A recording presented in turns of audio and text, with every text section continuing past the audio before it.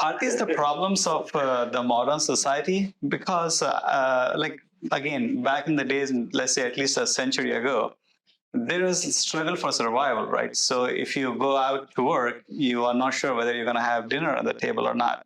So sometimes too many blessings, is it a curse for the society?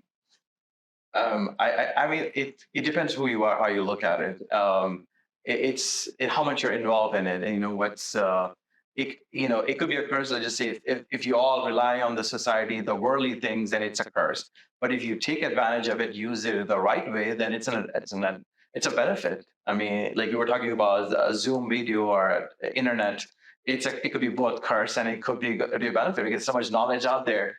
So it seems like it's a double-edged sword, like based on how we utilize our resources and how we utilize our blessings. So if not utilized properly, it might be counterproductive. I don't think it's a double-edged sword because in our history, we've had people who Allah gave an abundance of wealth, just like in the Sahaba, Mansa Musa, or, Sulaiman alayhi salam. And then there's those who, Ashab Sufa, who didn't even have clothing to cover their body. It goes down to how you receive it and utilize it. In Islam, if you're doing it with shukr, you will never feel addicted to it.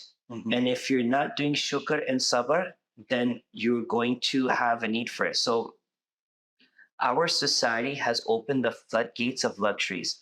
And the thing about human nature is once it's exposed to luxury, it likes it, right? You tell a person, go fly business class, they will never fly coach and economy again because they're pampered. They don't want to go backwards unless they have the mindset of a Muslim, which is this is an opportunity, alhamdulillah, mashallah. And if it's not, alhamdulillah, mashallah. Islam keeps us in a physically fluid state. We could sleep on the throne in Burj Al Arab on a $20,000, $30,000 room a night, and we could also sleep on the floor the next day. It goes down to how you receive those benefits. If not, the fall from there is very tough. Is it also that in our lives, in our social lives, professional lives, are we living more comparing to each other? Are we living for ourselves or are we living for others just to make sure that I put my best face forward? And for any reason, if I'm not able to, for any challenges, then the depression, anxiety starts. Well, this is a global cultural issue. We all are living to show off to others. Mm. The rich people. Look at Mark Zuckerberg and them. I've never seen him wear Gucci. I've never seen him wear Fendi or anything else. They wear the simple white t-shirt and jeans. Mark, what's his name? Bill Gates. You won't see him wearing brand name clothing because he doesn't need to flex he's successful to the world, right? But in our society, the people who actually go to the Gucci and Louis Vuitton, who are these people? People who want to make a statement to society, I'm also there. Right. So I'm going to add to that. I think that I've heard Sheikh Hamza talk about this. Mm-hmm. He uses that everything that I world, I this. And it's like we're so self into our nafs. We just want to feed ourselves our own ego. And this is that I society we've become. It's all about us. It's just, you just want to self-fulfill that nafs that we are in. So it's not more towards Western or North American society. I guess it's kind of all over the world right now. Yeah. Well, because we facilitated the means for you to do that. So the I is a problem, the nafs is a problem.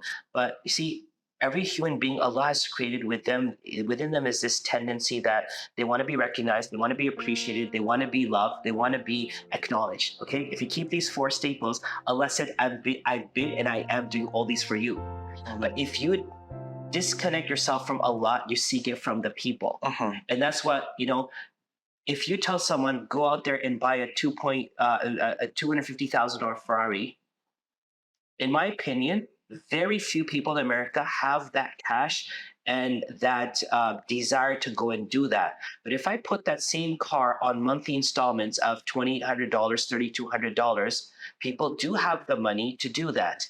So not only does society facilitate the opportunities that, look, you have all these cars, but it facilitates the ability to actually do that. And so people then will drive the car that isn't affordable to them. They will live in a house that is not in their needs, it's beyond their needs, all so that people say, mashallah, that guy is amazing. That family is really successful. Now there's two, this is where the double-edged sword is.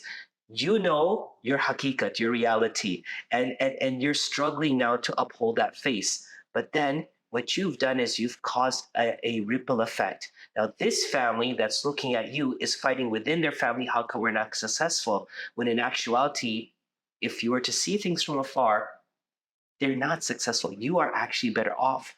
So Islam tells us live within our means. Have you seen this in one gender compared to the other versus in one society compared to the other society? I see it happening across. Yeah, I think it is across. I think it's more global. I don't think it's gender. I think it's everybody. And I think it's, I think it's more, I really think we're just kind of coming back to Islam, and we talked about in psychiatry too, is that, we want to, it's that feeling of that internal feeling of that restlessness, that they need that constant gratification. They need something to be praised about. Either to materialistic things or something. So that's why when patients come to me and I see that so many, and they don't have that long-term picture, like, this world is temporary, that there's that hereafter, that Islam that gives us to that hereafter picture. If you don't have that, I think that restlessness I see, that the spirituality they talk about, that, you could be physically taking care of yourself so much, but if you're not taking care of yourself spirituality, I think that disconnect is what causes that restlessness, constantly seeking happiness from outside world, that contentment. People don't have that contentment in the society. I see that all the time. So I know a lot of times when I see patients and they're not Muslim or they're not religious based, it's very hard for me. It becomes to, like, when I told you earlier about saying the biopsychosocial factor, that is so important. Like, okay, see a therapist. If you have a spiritual leader, see that person too, because you got to have that balance. We're not just made up of, because I know in Islam, the concept is we're made up of two things, right?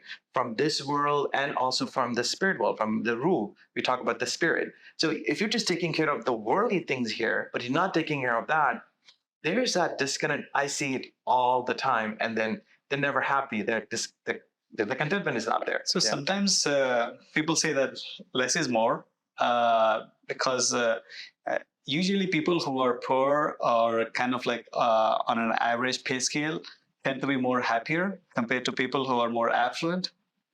Well, there was studies done. There's movies on Netflix about this, like where are people who are happy. ED, who in Pakistan created one of the greatest service to humanity of hospitals, ambulances, orphanages, and stuff. He never changed his standard of living. Yeah. He ate the same food, wearing the same clothes, on the same floor in the same house. So it's not about, in Islam, having materialistic goods doesn't mean it's wrong. It doesn't mean it's wrong. Having the mindset that this doesn't define me, this doesn't satisfy me, this doesn't fulfill me, is what spirituality gives you. Right. This doesn't define me. But today we're saying this define me. And that's where the problem is. Yeah. Look, at the end of the day, this is a very broad topic. And every person must realize that we all need help, and we all need someone. If you look like a candle gives light to an entire room, but the immediate surrounding of the candle is dark.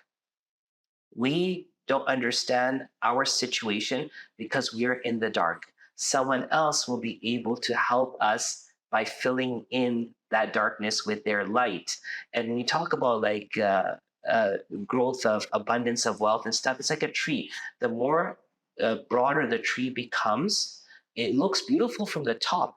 What it's actively doing, it's killing the grass around it because it's depriving it from the sunlight and sometimes from the water that it needs.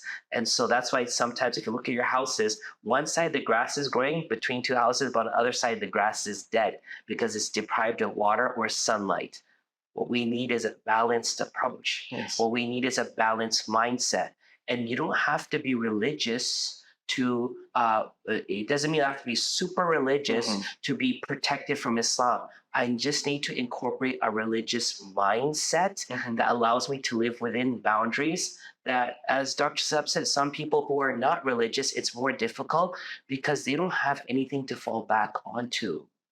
And as Islam or anyone with a religion, they have something to fall back onto.